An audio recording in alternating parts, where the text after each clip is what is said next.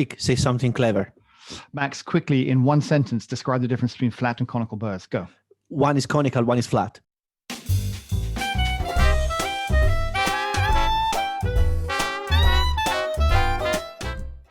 Oh my God, that's great. Okay, so that's a wrap then, is it? I wasn't expecting you to come back with anything so clever so quickly. Okay. Yeah, and then you just exit, drop the mic. No, actually, don't drop the mic because it was a lot of money. We don't have that kind of budget. No, not yet. Yeah, working on it. We're going to be talking about. It's not really so much about flat burrs, conical burrs. That's at the center of it. We're going to be talking about. Well, actually, flat burrs and conical burrs. We are going to talk about. Well, we are going to talk about it, but we're going to talk about it within the context of making good espresso. And I kind of this is going to be focused on espresso because it's such a huge subject area. But is it going to be good espresso, or is it just in your head? Well, you wouldn't know that, would you? You actually wouldn't know. Exactly. I might be tasting this cup of coffee here and say that it's delicious. Yeah. That's right, as he drinks a glass of water, which is like the Dilbert cartoon where he comments on that his wine was maybe the grapes were picked a day late and the waiter observes that's his water glass.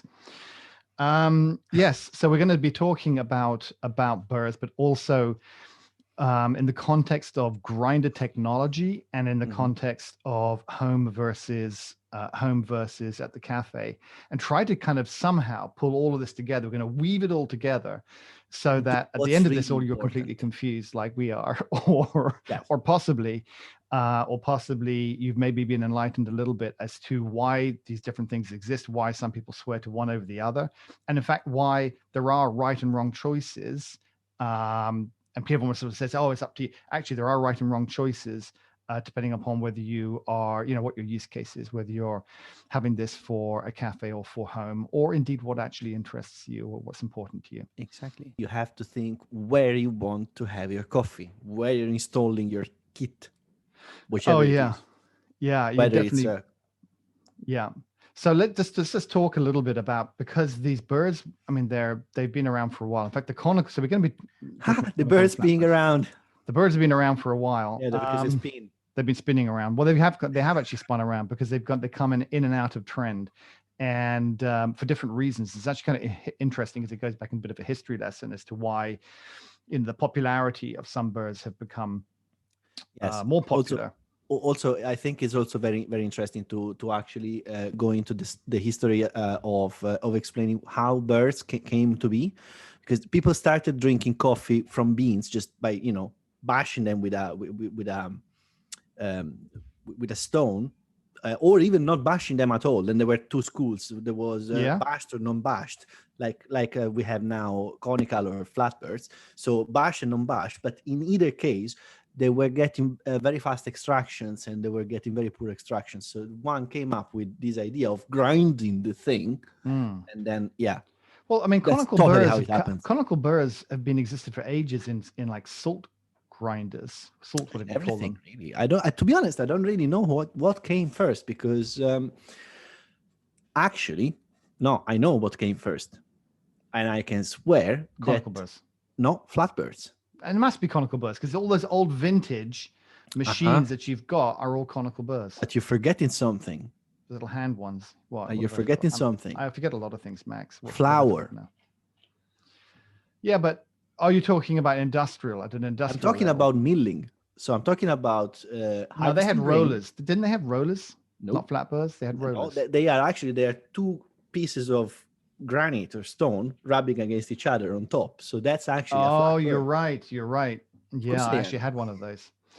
My farm used to have all that old equipment. So you're right. Yeah, that is actually a flat burr, literally. Well, it's not. It's the same shape and same like physical movement, but it doesn't have the blades. No, it doesn't. Doesn't have the blades. And so now that's a great segue. Oh, what a great segue. It's almost like I planned this. I know, right? We haven't. We haven't. We never plan anything. But the it's actually very important before you even get into the whole conversation about like, oh, is this burr better than that burr and why and how does it work and what's cheaper or hotter or that kind of stuff. You got to understand what you're trying to get out of it, right? And actually what grinding is, because it's not what you think it is, possibly. No, not at all. Yeah, in fact, probably almost not at all. In fact, there's generally there's two parts to the grinding process. If you think you're taking a bean, so you imagine a bean, imagine hold up an imaginary bean, Max. Yes, I'm imagining. I'm imagining. In fact, your head looks a bit like an imaginary. I was about to say, I'm imagining my head. It's probably going to be unpleasant now. Now I've got this horrible thought going through my head of putting your head through like a grinder. But anyway, I don't know, but I am glad it's a video call. If you've got anger management issues, just imagine Max's head going through a grinder. What actually first happens is, I am very relieved that this is on video. It's not live. Are we breaking any YouTube rules? I don't know. There's a compression fracture. And then there's a shearing fracture. So the first part is that you want to basically break that bean up into smaller pieces that are still too large to be coffee grinds, but it then allows you to deal with them in a secondary function. So the first compression fracture is where you literally, as it sounds, you squeeze the thing comes under pressure from two sides, and it breaks. It breaks into different pieces, different shapes. That then allows it to go further into the burr, where there are blades, and those blades don't cut it, but they apply another pressure. It's what's called a shearing pressure, where if you imagine you've got a sort of a left hand and a right hand, and one's pushing one way at the top and another's pushing another way at the bottom, but they've got sharp teeth in them, they push that way. Then you create a what's called a shearing fracture, and that's what gets the coffee down into a much more uniform shape and a smaller size. So you've got these are the flat Burrs. These are flat Burrs, yeah. Okay. Both. It applies in the same way to conical Burrs. It goes through I think it goes through more steps, but I'm not actually. You can explain that because I don't really understand that. We're calling this grinding, but easy grinding actually. It's not easy. It's a different kind of physics. I mean, because if it was grinding in theory, it would actually be with a grinding stone, where you actually have the stone and you just go and rub it against it, and it'd be like a friction and weight. Exactly, like it's not like that at all. The old milling machines, like the old mills. Yeah, but it's not like that at all. Exactly. Otherwise, you would end up with flour, and it would be very difficult to make coffee with it. Yeah. But the important point of this, right? But the important point is that you've got an objective. Yes. And this is really at the heart of this whole conversation. Is the objective is to be able to get out quite a uniform, that is to say, similar shape and size coffee grains at the end of it all. Yes. And the reason you want that is because espresso extracts quite quickly. You've got a number of seconds to get the coffee out of it. You are extracting around the surface of that coffee grain. You're not got time to go into the inner part of the coffee. This is another conversation, but the chemical reaction that happens on the surface. If you imagine in a few seconds, it's not dissolving the entire coffee grain. So it's literally taking the molecules off the edge of it. Yeah, personally, I actually disagree with that definition, but I'm just nitpicking. Okay, well, yeah. Okay, well, you can explain maybe in more detail. But the point is that surface area is very important, because surface area is important if you've got different size grinds. And let's define them as what they are. So people call them boulders, the target size grind, and then the fines. And the boulders are the big. They're outside. They're larger on the distribution curve than you're expecting to get. The target size grind size is what you were hoping to get, and the fines are the smaller things. Now the smaller particles. Now it kind of goes against this contrarian thinking, but the smaller the particles, the bigger the surface area. Yes. So, and that's the bit that people kind of don't quite get. Well, it's easy actually. We can visualize it if you want. Please. Think of a sphere like that. Now imagine that the surface area is, let's simplify it. Instead of a sphere, let's have it as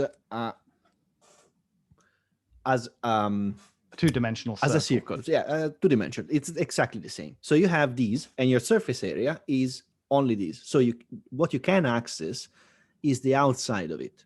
Yeah. And you can only go as far inside as you can. And that's why you were saying that it's important to have more surface area, so more smaller particles, because in a certain amount of time, in a unit of time, you can only extract, let's say, up to this much. Yeah, so that's a why small you want amount on the exterior of the circle, right? Yes.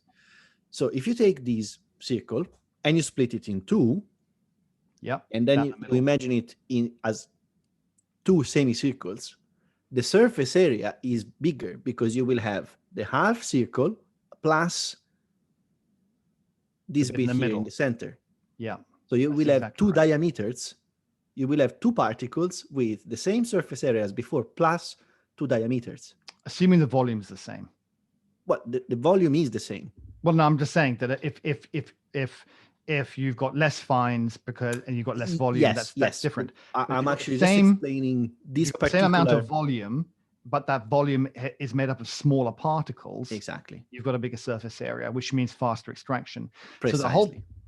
This whole equation, this whole math that we didn't think we were getting into, we just thought we wanted to drink coffee, but no, we're all becoming math experts. Yeah. Do we want to do Van Dinter, really? No, we don't. But the point is, what you do have to understand is that the key to getting a good shot is to be able to extract evenly. I'm sure everyone's heard this, right? An even extraction. But if you've got boulders, target grinds, and fines all mixed together in, I don't know, different random, ratios, then you've got a more complex operation to do to work out how to get the balanced extraction. If you just had one grind size, that was it. If everything was exactly the same size and shape, you could pretty much just dial it, and you could very quickly dial it and go, wow, it's going to taste exactly like that every time. Well, actually, I think it would still take you the same amount of time to dial in. I'm sorry, I'm playing the devil's advocate today. No, go play it. But yes, it would probably take you the same amount of time. It would just be simpler to explain. I think it'd be more difficult to do. I think it would be more difficult to do. Yeah, I think so, because you've got things that are going to extract very quickly and therefore be bitter. You've got things that are going to under extract. I think it's going to be more difficult than if you've got, Yes, but if you have the same size particles, you still have to find a sweet spot that works for all of them. So you still have to find your balance. So whether it's because you have boulders and fines, or whether you have to optimize for one single particular non-distributed particle size. I know what you're saying. What you're saying is very logical. However, I'm going to fall back upon the the solid defense of, I read somewhere, but I can't remember where or who said it, that it was. That's how it works. So, clearly, Max, you have to understand that you read Google somewhere, it. Probably on the internet. Look, anyway, but that's the goal. The goal is to get, so. In last week, we were talking about the Malkonig X-Wing 58, right? X-Wing. I love that thing. They're going to call it that one day, and they're going to write to them and ask the Batwing. They're going to say they're going to change the name one day, and then we're going to take credit for it. Yeah. And we told a story about Scott Rao out in Canada, and this guy went there, and then saw that Scott Rao was extracting really large quantities of espresso in terms of total dissolvable solids using the EK43 grinder, which is a flat bed grinder. So a lot of people were using conical burrs before then, right? So this is the history lesson. So people were using real, because they were cheap, and that's what people were using. He saw I remember the old coffee grinders of all the ones that the cubic boxes. Those are actually flatbirds. No, they're conical birds, my friend. I got one downstairs. Are they? Okay. Yeah, they are. And that's corrected. Yeah, that's all right. So they were using these flatbirds. So he found that because there was, as we said last week, because there was this much less distribution. There was a much tighter distribution. There were he was able to up the amount of espresso, of coffee, So he went from, instead of using 16 grams, he was pushing 20, 21, 22 grams of coffee. And then he went off and won the World Barista Championships by bringing in a flat burr grinder. I think this is when flat burr grinders really took off. He brought in a flat burr grinder, and which I think was the EK43 he used in the championships. And he was using a lot more coffee. And the reason he could get away with a lot more coffee was because he could have that tighter distribution, and that allowed him to really play with the kind of extractions that he get without having to worry about the nuances of having an excess number of fines and boulders in there that would play with the extraction. So anyway, that was the sort of the bit of the history that flat burrs became quite popular, and then people started using them at home. But there are problems with flat burrs. So and just to finish the history lesson a little bit, we went through the flat burrs became really popular, especially in cafes when single origins are coming out and people started playing with higher doses of coffee. Yeah, and we're talking of third wave coffee anyway here. Yeah, exactly. So we're talking about third wave coffee, right? Yeah. But they were not necessarily the best suited for home for a number of reasons. One was because they were more expensive. They were heavy, big. They are heavier and bigger. They need a bigger motor. So you tend to have a bigger grinder. That's heavy. That's more expensive. That's great for knocking out loads of shots with high quantities of coffee and the rest of it, but that's not really what a lot of people at home use them for. Exactly. So actually it started to swing back. I think Mazzer started producing, I've forgotten the name of the range. They started producing conical burrs, even when everyone else was doing a lot of flat stuff. They had a range. It was probably called the Mazzer Conicals. I don't know. It was called the Mazzer somethings. The Mazzer, actually, the conical burr of the Mazzer are very common. They're very commonly used. Yeah? Yeah. I didn't know that. They are used even in the hand grinders, in the JX Pro. The one I have is actually all the hand grinders are conical, right? Yes, I think there is one of the models that has I tell a lie. Those are actually Italburr, some of them. They're not the Mazzer. The Mazzer are on the niche 0. Yeah, so I mean the conicals on the niche 0. Yes, the conical burr on the niche 0 are Mazzer. Oh, they're Mazzer? They're made by Mazzer? Yes. Oh, interesting.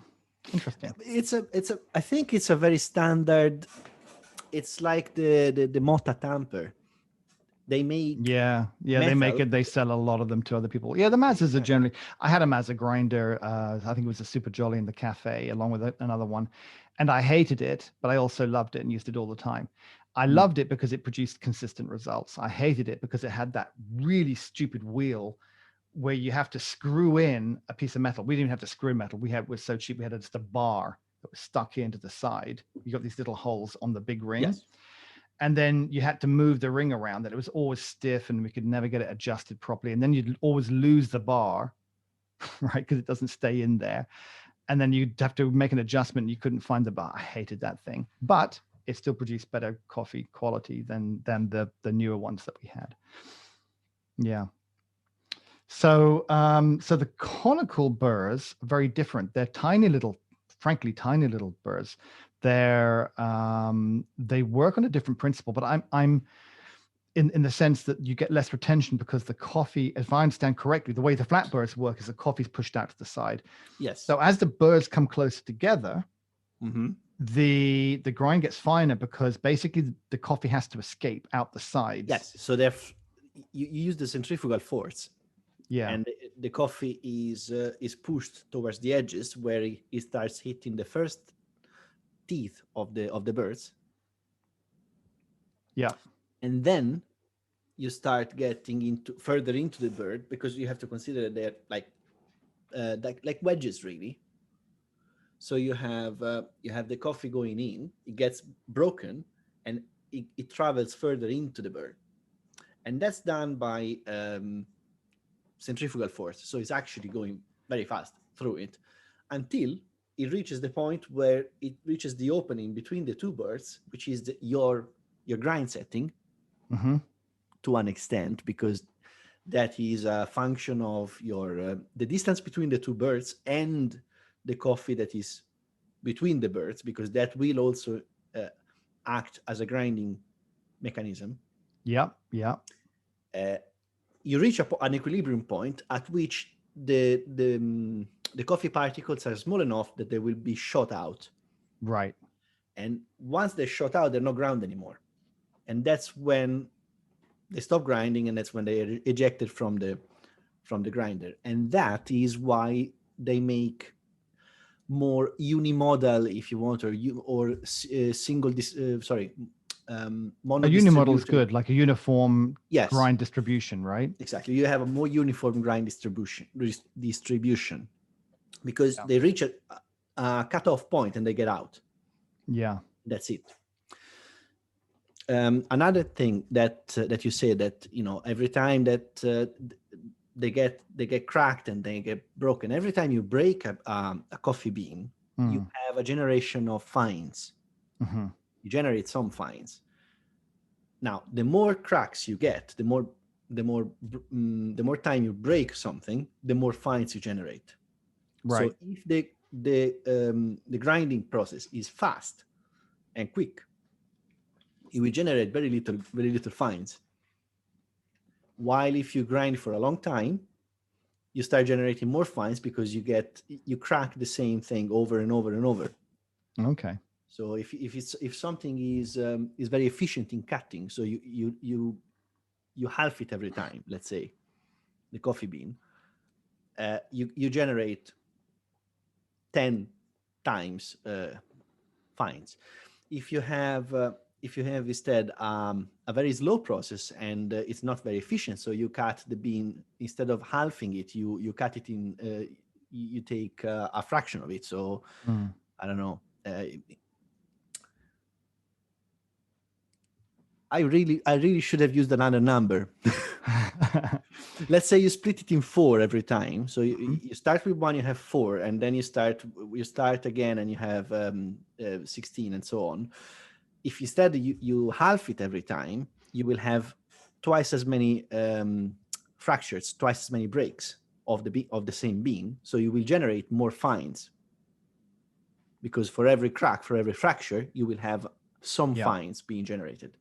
That's another. And I think one of the other controlling points on the flat burrs, and this is something that I don't know, it kind of went into my. I think when I bought my 60, I think it's a 65 mil burr. It's a 65, a Eureka grinder. I wanted to go for bigger burrs because I read that they produce more consistent grinds, and indeed that seems to be backed up, although it seemed probably not to be the most important thing really in choosing. So one of the things I would say, if you're looking at a grinder, the reason people tend to go with bigger burrs is for speed, actually, more than the consistency. Exactly. But there is apparently an element of improvement in consistency as well, whether that's worth having bigger burrs, which means bigger engine, which means bigger machine and everything else. I don't know. I think I completely screw mine up. And if I look at it, if I was to go back and do it again, I'd almost certainly buy a different grinder. Although I love my grinder, I'd almost certainly buy a different one. Because part of it is the retention that I have. It's really a shop grinder. So I've got the wrong grinder because it's for a shop. Exactly. And that actually will... So the next topic. Look at what I did, and then don't do what I did. Don't do it, right? Again. So, in fact, you can pretty much base your coffee purchasing decisions on that. No, I bought that because I thought, if I go with something really pro, it's going to be better. It's going to last longer and be very happy. But actually, in this case, what turned out to be really pro was something that was really pro for a different use case, and it makes lovely espresso, but the retention is horrendous in there. If I give it a knock, like how on that Malkonig E43 you got the knocking thing. Oh, by the way, I've seen a Chiado. I don't know if you know that I love the Chiados. I had a commercial Chiado juicer. It cost about $2,000 at the shop. That thing was a I'm telling you, it was a workhorse. That thing just lasted years. It just all day long. Anyway, this so I believe in anything that's made by Giotto. But they've got a grinder. They've got a coffee grinder, flat Burr coffee grinder, which is straight through. Yeah, has almost zero retention, but it's got like a little bellows on the top, and you pump the bellows on the top, and it kind of blows any remains of the coffee through, which is all over your kitchen, probably all over your kitchen, you know. But it's out of the machine, not my problem, buddy. But anyway, so the big flat Burrs have retention issues. Yep. Some of the issues that people talk about, I don't think are an issue. Let me give you an example. The heating of it, and people say, "Oh, well, it heat up, Nick. When they heat up those plates, the Burrs go a little further apart, and your grind size changes." Turns out that actually grind size changes. Well, first of all, I'm making like 1 or 2 or 3 coffees in a row or something like that. Maybe it's not going to be an issue if I do, which I usually don't. It doesn't make any difference. How do I know this? I've tested it, and the difference is about, I don't know, 1% or something. So it really makes zero difference. If you're in a cafe churning it out all the time, then you've got to get it to a certain heat level. So you might warm it up. So you would actually warm it up by running the machine without any coffee in it, because then the Burrs will move and get to a certain heat temperature. Then you dial it in, making some espresso, and then you'd leave it, and that would be how things would go. If you're going through busy, quiet, it's a bit more challenging. And that's one of the things to take care of in a cafe. Yes. If you're talking about home, what have I got this machine for? The other problem is that the design of the machine is such that the hopper, remember that giant hopper I hated? Yep. Served a purpose because I couldn't fit it under my kitchen cabinet. And the reason it's got a big hopper is because the gravity of the beans helps push the beans through the Burr mechanism. Exactly. And I because I change my coffee literally not even every day. I change my coffee every 20 or 30 minutes. I will have, like, I'll say, I feel like a darker roast at the moment. So I'll put a dark roast through. That was very nice, but now I feel like a medium roast. And I will want to put a medium roast in there. And then my kids will come down and they'll want something different as well. So there's no point to having a bunch of beans in there. I'm changing them all the time. It's the wrong machine for me. I hope that makes sense. Does it make sense? I 100% agree. I think a lot of people think that you just need to spend more money into it. We keep saying. We keep saying that. You don't have to. You don't. We keep saying, well, you do have to. You have to, but not in that way. But no, you don't really have to. So, for example, a lot of the commercial grinders, they're not designed to make one coffee and then sit on your bench for half a day until you want another coffee. They're pointless. Yeah. And at the same time, the demand for single dosing has increased, and that made a lot of coffee grinder makers start making the wrong thing. For example, there is quite a few now that you have single dosing, so that they're timed, and you go there with your portafilter, you push it in, it will grind the right amount of coffee. So I don't know, 7 seconds. You get your coffee freshly ground, and then you go and you make your coffee, and then you go and you make another one, and then another one. That's kind of pointless. I find that silly. So if you are busy, and if you're a busy cafe, and I'm seeing these more and more often. If you're a busy cafe, you don't need that. You don't need that kind of. You go there and you get it ground on the spot. There's no point. You might as well get a doser grinder, because that's actually more consistent, because it will grind a batch of coffee. Yeah, and you just dose it out until the doser is full, and then you just take 1 or 2 clicks out. You make a single or a double. There you go. There you're done. It doesn't make a difference because you don't have a long residence time of the grounds into the doser. Yeah. But now people are like, oh, coffee, as soon as you grind it, it will go off. Yes, it will, but not in the next 2 minutes or 10. Yeah. It's not going to be the determining factor. Exactly. And instead, actually having bursts that start and stop all the time, you might end up having inconsistencies in your grinds, because if you're going to through a busy period, you have the first coffee that is going to come out in 30 seconds, and the second coffee is going to come out in 25, and then in heats up, so it might actually uh, grind finer, so it's going to be, instead of 30, it's going to be 35, and then so on until it cools down again. You dial it in, then it cools down, and it's too coarse. Yeah. So actually, on the subject of coffee shops and grinders in coffee shops, one of the challenges I know between different shops is if you're running a chain of shops and you go and buy a whole bunch of a specific grinder. Do you remember last week we talked about the problem was and that Marconic had was of getting the alignments correct? Well, even if they're correct, they may be slightly different.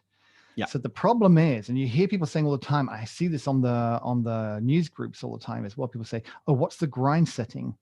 What grind setting should I use?" And you're like, well, it really depends. But not only does it depend, even if you're in the same temperature with the same beans that were roasted at the same time from the same batch, the fact that you got the same grinder, those two grinders could be slightly different aligned. Exactly. Or one grinder might be a bit older and might have slightly blunter teeth, blunter blades. So it might be assembled slightly offset. Yeah. So your 11 is my 12. Exactly. So getting the alignment right on the burrs and ensuring that you've got, actually, having said this, for all, even if you're not trying to match at a coffee shop, even at home, one of the reasons to keep your burrs sharp is for that shearing element. So the compression element will stay the same, but the shearing fractures.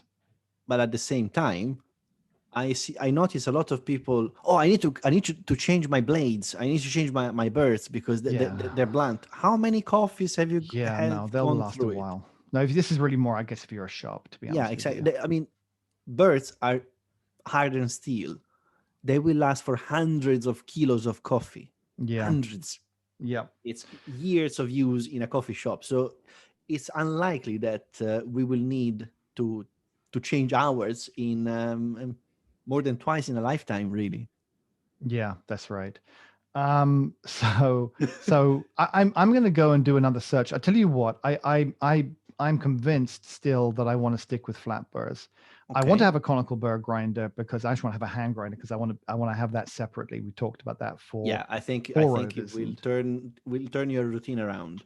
Yeah, but for espressos, I want to stick with the flat burrs because those flat burrs are known to pull out maybe, I think as you were saying, crisper notes. Yes, they do that, but for example, with a conical burr, you get more body. You do. I've heard that as well, and I love texture and body.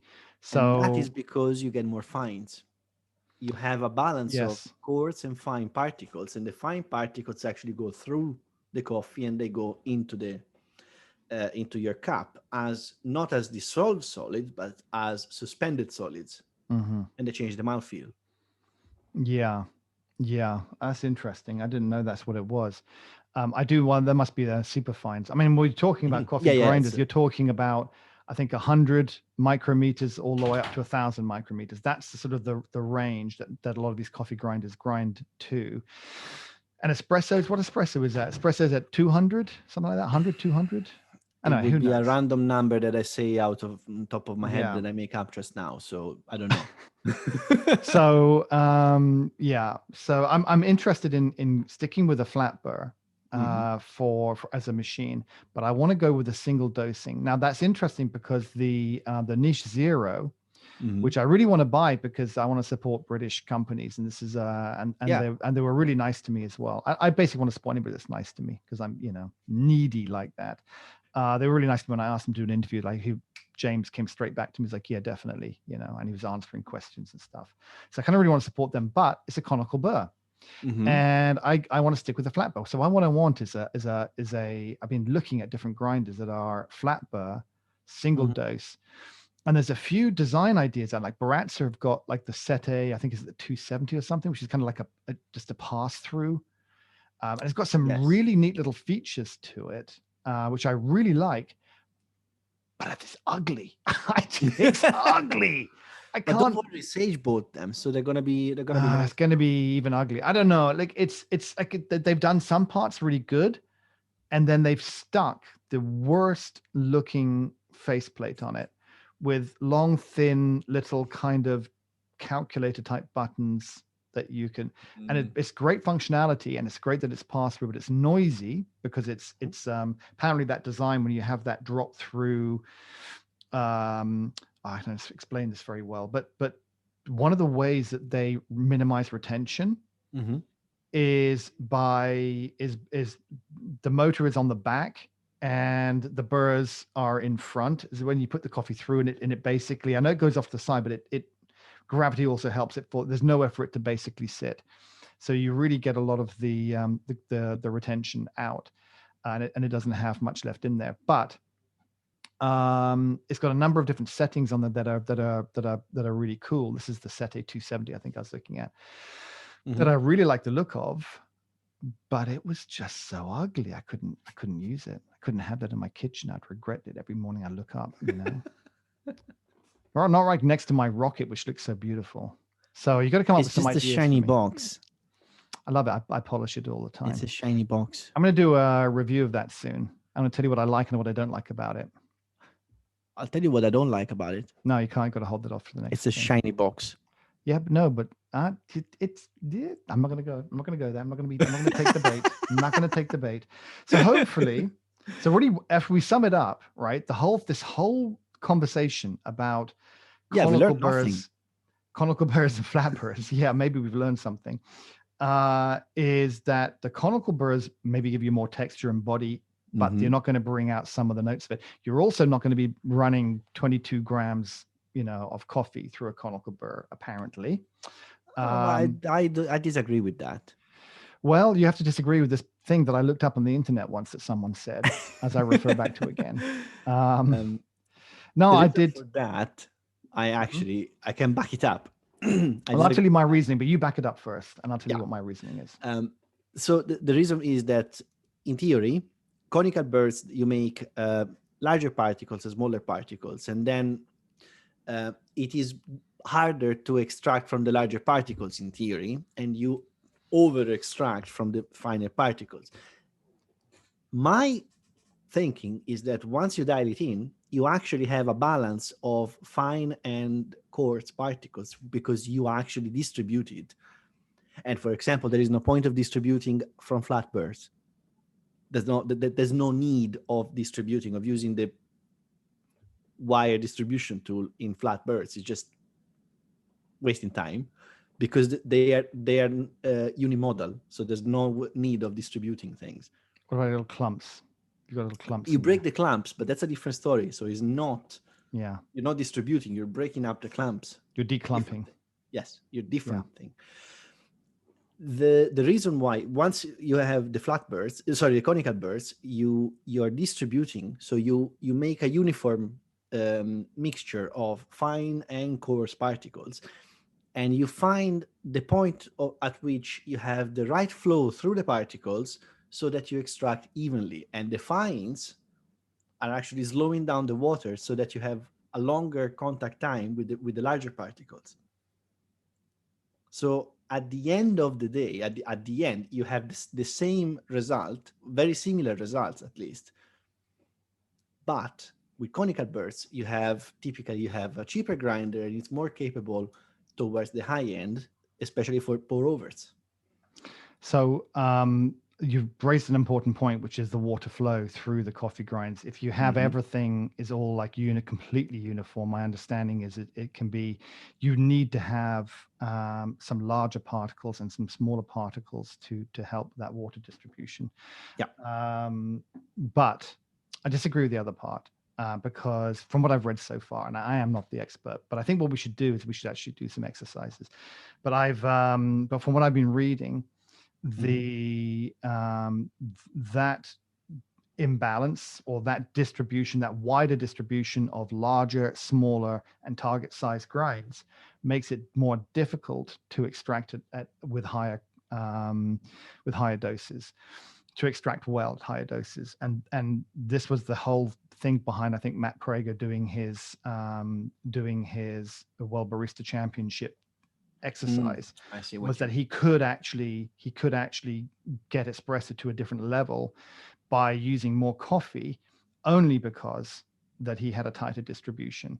But I think that it'd be an interesting one to go and prove. And you know what? At the end of the day, all of this is just theory and reading stuff. And I think people should go out, and if you can, go out and try. Yeah. I can. So I mean, I'm very fortunate. I've got the ridiculous big flat burr grinder. All I need to do is get a hand grinder, conical hand grinder, and I've got a decent machine. So away we go. Maybe that's something we should do. Definitely, it's actually you should try to get the same grind setting in both. Yeah. The same extraction time. Yeah. Well, now that this whole COVID thing's coming to an end for us, hopefully the lockdown thing, and I'm moving house in 5 weeks or so. I think, hopefully, all goes to plan. We'll set something up, Max, at the new place, because you won't live a million miles away from me. I'll bring you over, and under the pretense of making some coffee, and then I'll give you a paintbrush, and I'll say the living room needs painting. Okay, that's the way we do it in England, isn't it? Yeah. I came here for a coffee, and suddenly you're decorating. Yeah, everyone pitches in. No, so we'll come around. We'll do that. I think that sounds like a fun thing to do. So So in summary, the flat burrs big in cafes because they're fast, right? You can make them really fast. That's the whole point. You actually can go through a lot of coffee very quickly. Yeah. That's the main thing for them. And also maintenance of the burrs is probably more important at a cafe. At home, you don't need the big burrs necessarily. Flat burrs are good for espressos because they can pull out the clean flavors. Perhaps you can go for bigger doses. If you've got a machine that can support it, if you've got a basket that can support it, you can go for bigger doses. Don't just stick it in there and hope for the best. And the conical burr but they're louder and they're bigger. Is the problem? The flat burrs. The flat, yes.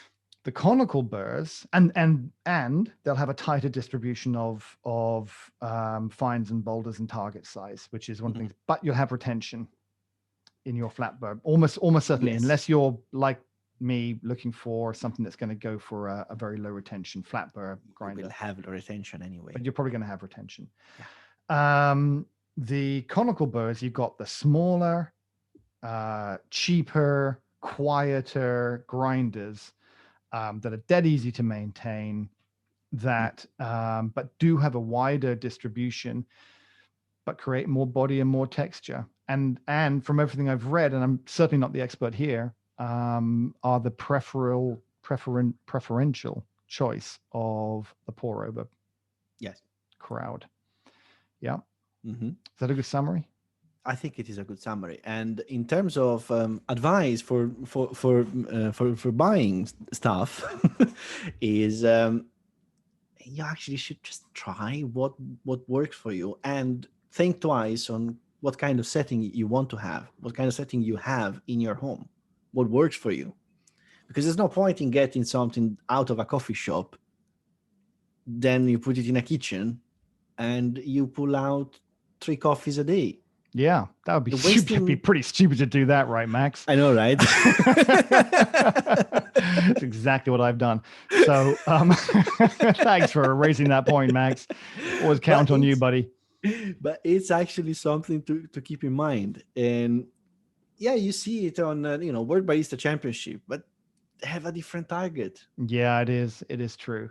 It's a bit like me. If I was to get into a Ferrari, I'd just crash it right away, and one thing I would say, and they're not sponsoring this, and they don't even know I'm going to say it or anything, but I would, if this subject matter has interested you, if this stuff interests you, do head over to Barista Hustle. because I don't know what it is. I think I pay 15 euros a month, something like that. But they have so much deep technical content. I completely didn't put the two things together, that Matt Prager, the guy who won the Barista World Championships that I made in the story with Scott Rao last week, is in fact, I think, the behind Barista Hustle, and is one of the founders there, or maybe the founder. But so, you made a point that he probably knows his coffee. Yeah, he does. He probably knows a couple of things, and so no, if you go there, I don't get on there enough, really, time is a factor, and I got so many things to read, but I get on there whenever I can. And he's always got new stuff coming out, and they keep it up to date with, it really sounds like a pitch, but I really don't care. You don't even have to mention us. Just go check it out. I would say, if you're interested in the technical stuff, the science, they're always keeping up to date. They've also got new things I started reading on terroir. So they do an analysis of different countries. I think they've got Brazil and Guatemala in there. So definitely check that out if this interests you. And don't forget to like, subscribe, and comment. Oh, I've got an apology as well. You have an apology? Oh my God, I'm ready. I've got, yeah. I've got an apology. So someone contacted me and said, I can't sign up. Your stupid form doesn't work to get your free beans. And I was like, what are you talking about? It works fine for me. And I went and checked, and I went into a different system and found that if I'm not logged into the back end, it didn't work for me either. We had to clear the cache or do something clever. We changed the form, and it was cached. If this makes any sense to anybody, but apparently the old version was still on the servers, and that made everything messed up. So for all those people that tried to log on or tried to put their details in to get the free beans and then couldn't, and then got angry, it's Nick's fault. Then it's my techie's fault, who's not here to defend themselves. So it's all their fault, not me at all. But it's fixed, so do go there. I'll put a link in the show notes, and it does work. And I put it in. I think we've got quite a few people plugged in, but not millions. So you got a good chance. We need millions. It's free, beans. We've got the Solitude beans. I think we're going to run it for 2 more weeks. Then we'll announce the winner. Probably a little bit. Actually, I'll probably close it off on the 30th of May. Let's just make it then 30th of May, and then we'll announce whatever the weekend after that is. We'll announce the winner. And I'll get those beans across, and then we start a new one. So even if you put your details in, once, then you're in our system forever, unless you obviously tell us to take us off. But you're in a system forever, and you'll go into every competition every month. So next month we've got another set of beans coming in, and they'll be very nice, and you'll like them, you'll want them. Definitely, you will want them. Yeah. So do that and like the video or whatever, and we'll see you next week.